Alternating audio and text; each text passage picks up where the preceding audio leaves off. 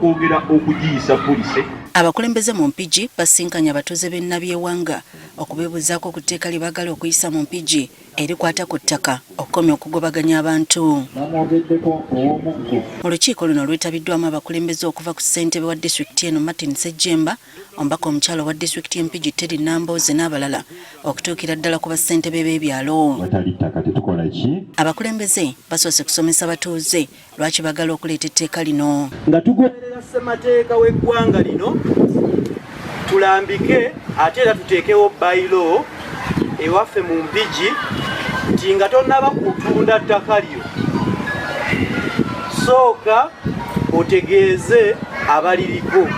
Bwe kuba nga kuliko alina obusobozi obuligula omukisa gusooke kuweebwani ye. Abamu twesanze nga tuli wala n'okumanya naye bassebo ne bannyabo bw'oba wakeera ku makya n'ogula ekibanja kyo ng'oyina endagaano yakyo naawe obeera oyina obuyinza ng'ow'ettaka bwakola ki bw'ayina. Naye bw'oba oguze ettaka n'osangako omutuuze obuvunaanyizibwa bwo si kufuna kkanzu kubanga ono gw'osanzeeko ow'ekibanja bw'aba yagula ekkanzu yagiwa bwe yakola ki. Etteeka baagala omuntu agenda okugula ettaka asooka aleetebwe alagibwe abatuuze nga tannaba kugula. Ekyoggulira ettaka e Kampala nga ne wooguze tomanyiiyo tewali naakulaga nti tuyitira wano kate gwe nojja n'okaka abantu okupima kyetuva tulowooza nti seba akawaayiro sentere kali bakoogeddeko atunda yenna abakulembeze abaleeta on board atunda nga tekuli mukulembeze asookerwako poteya. Era omuntu okugula ettaka lino alina okwogera biki byagenda okukolerako.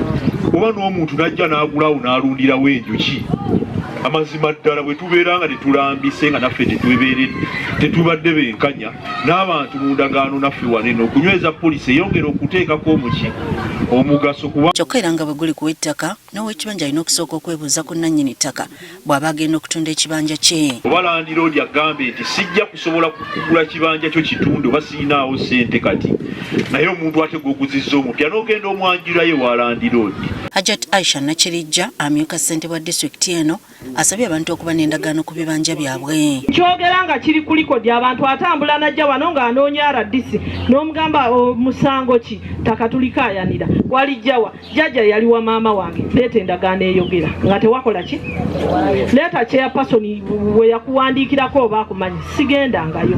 Ono era asabye abatuuze buli omu okumanya obugazi bw'ekibanja kye oba poloti. Tuwandiise ebibanja byaffe tumanye obunene bwabyo fe abali wano nga nange neebuuza manyi ki kye nnina mu ggwanika nga sinnalinda agenda kujja kusaveeyinga ku nziba.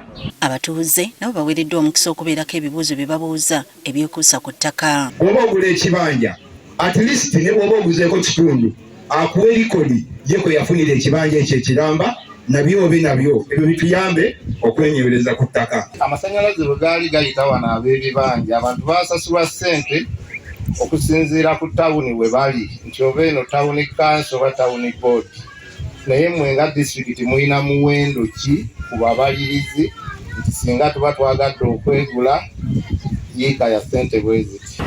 Ate nga batugambye nti bw'otosimbako mmwanyi ekyo bakitutte kati ate nga katono sobola kusimbirako mmwanyi kitegeeza kunaagenda bugenzi. Teddy Nambooze si musanyufu eri abatuuze abatayagala kujja mu nkiiko ezikwata ku ttaka n'atabukira abayita bannannyini ttaka abaagala okugobaganya abatuuze bagamba nti tebajja kubakkiriza. Era tujja kuwanika ebbango okulaba nga tukanga tufuumuula abo bonna abalowooza nti ajja kuvanga eri atundira ettaka e Kampala ne bwe kinaaba kyetaagisa kuleeta abakugu bajje nabyewanga mu kisaawe tujje wano twongere obbasomesa.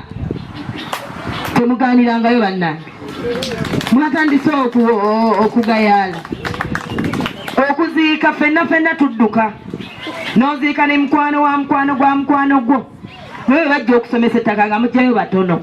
Abatuuze basabiddwa okubeera obumu naddala ku nsonga ezibanyigira wamu ng'ettaka obuteeryamu nkwe.